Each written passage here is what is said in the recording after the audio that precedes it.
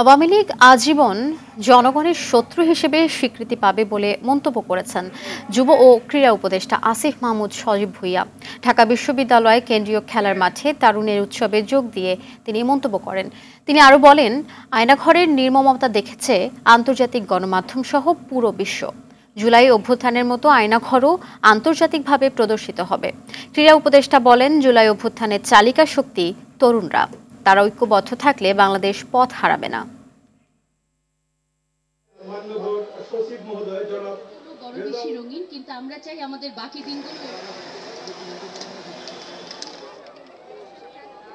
পুরো বিশ্ববাসী আয়নাঘর দেখলো, তারপরেও ফ্যাসিবাদী শক্তি সেটা অস্বীকার করার মতো নির্লজ্জ অবস্থান নিচ্ছে। জুলাই গণ অভ্যুত্থানে তাদের গণহত্যা ইন্টারন্যাশনালি ডকুমেন্টেড এবং প্রকাশিত হয়েছে, এবং এই আয়নাঘরও ইন্টারন্যাশনালি ডকুমেন্টেড এবং প্রকাশিত হবে। ফলে জাতীয় এবং আন্তর্জাতিকভাবে একটি ফ্যাসিবাদী গণহত্যাকারী শক্তি যারা গুম খুনের মাধ্যমে ক্ষমতায় টিকেছিল, তারা আজীবন জনগণের শত্রু হিসেবে স্বীকৃতি পাবে।